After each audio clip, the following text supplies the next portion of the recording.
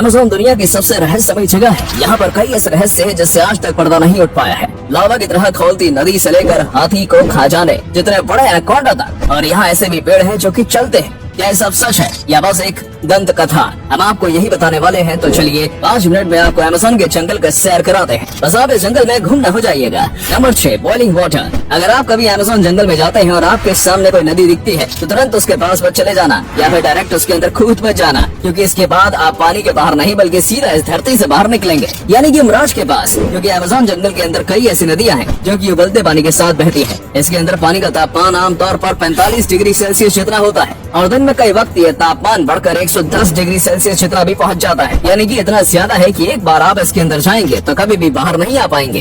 ये सीधा आपके शरीर को 3rd डिग्री चला देगा और उसके बाद क्या होगा ये बात तो आप जानते ही हैं। वैसे तो ये पानी इतना ज्यादा गर्म क्यों होता है, इसके बारे में रिसर्च चल रही है। कुछ लोगों का मानना है कि ये बिल्कुल किसी हॉट स्प्रिंग जैसा है, लेकिन किसी भी हॉट स्प्रिंग में इतना ज्यादा गर्म पानी नहीं आता। तो आखिर अमेज़न की नदी में ही इतना ज्यादा गर्म पानी क्यों आता है, ये तो पूरी तरीके से रिसर्च करने के बाद ही पता चलेगा। वैसे कई लोग इस नदी के बाजू में रखे पत्थरों के ऊपर अंडे भी बगा देते हैं। Number 5, green anaconda.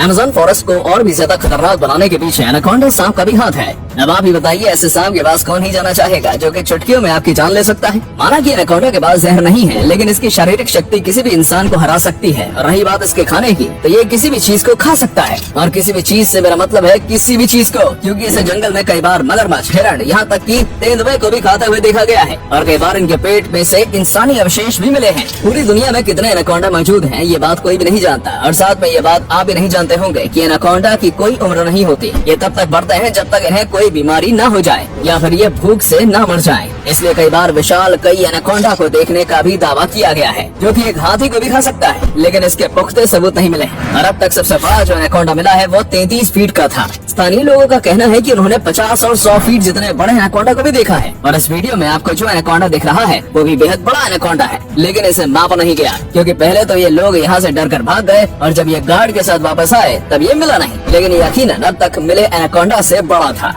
Number 4, strange जियोग्लिफिस।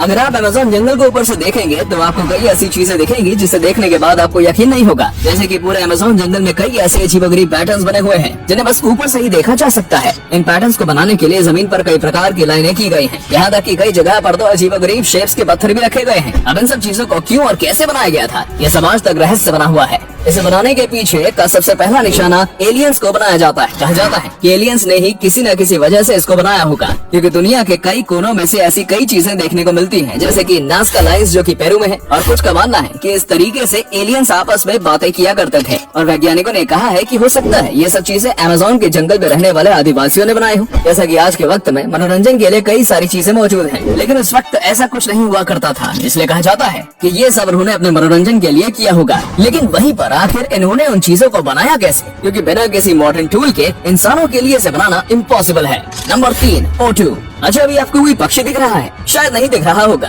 क्योंकि यहाँ पर एक पक्षी है जो कि कैमोफ्लेज करने में माहिर है। इस पक्षी का नाम है पोटो और ये अमेज़न की खासियत है। ये पक्षी इतने शातिर तरीके से अपने आप को छुपाता है कि कोई भी शिकारी इसे देख नहीं पाता। इसके शरीर का रंग बिल्कुल ही पेड़ पौधे जैसा है, जिसकी वजह से किसी भी पेड़ के तने में आसानी से छिप सकता है। इसकी आँख भी पूरी तरीके से काली होती है, जो कि इसे कैमोफ्लेज करने में और भी ज्यादा मदद करती है। इस पक्षी की साइज बहुत ही ज्यादा छोटा होता है। ऐसे पक्षी जंगल में काफी ज्यादा मौजूद हैं, लेकिन अक्सर ये देखने को नहीं मिलता है, क्योंकि जाहिर सी बात है कि किसी पेड़ के ऊपर छिपे हुए होते हैं। और ईगल, सांप, स्पाइडर जैसे कई शिकारी इनका शिकार करने की कोशिश करते हैं, लेकिन फिर वो इन्हें छोड़कर किसी आसान शिकार पर चले जाते हैं। इसके चलते इनकी आबादी काफी अच्छी है इस वक्त। Number 2, walking palm. अगर मैं आपको कहूँ कि अमेज़न के जंगल में एक ऐसा भी पेड़ है जो कि चलता है, तो आपको मुझ पर यकीन नहीं होगा। लेकिन दोस्तों, ये बात बिल्कुल सच है, क्योंकि भाई मैं आपसे झूठ थोड़ी ना बोल सकता हूँ। लेकिन किंतु परंतु बंधु, ये पेड़ हम इंसानों की तरह तेजी से नहीं चलता, बल्कि बहुत ही ज्यादा धीरे चलता है। इतना धीरे कि आपकी पूरी जिंदगी में बस 50 सेंटीमीटर ही आगे बढ़ सकता है। इस पेड़ की जो जड़ें होती है वो सूरज की तरफ बढ़ती रहती है, और जैसे ही वो आगे बढ़ती है तो पीछे वाली जो जड़ होती है वो धीरे धीरे करके गायब हो जाती है, और ऐसे ही धीरे धीरे करके ये आगे बढ़ता जाता है। ये देखने में काफी अजीब लगता है, क्योंकि इसकी इतनी सारी जड़ें होती हैं जो बिल्कुल इसे किसी मकड़ी की तरह दिखाती हैं। इस तरीके से जड़ों वाला शायद दुनिया में ये इकलौता पेड़ होगा,